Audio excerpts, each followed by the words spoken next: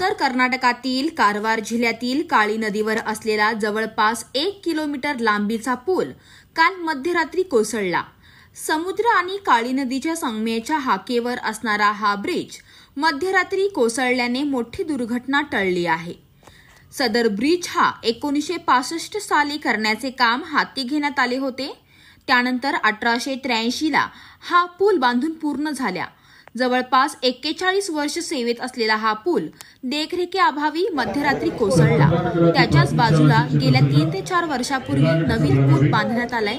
यावेळी जेव्हा पूल कोसळला तेव्हा पुलावरती गाड्या नसल्याने मोठा अनर्थ टळला आहे। मात्र तमिळनाडू येथील ट्रक हुबळीहून गोव्याच्या दिशेने जात असताना पुलावरून खाली कोसळला।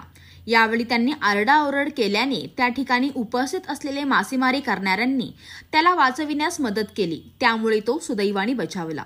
सध्या त्याच्यावर जिल्हा रुग्णालयात उपचार सुरू आहेत। तसेच कारवार ते गोवा आणि गोवा ते कारवार या मार्गावरील वाहतूक ठप्प करण्यात आली आहे।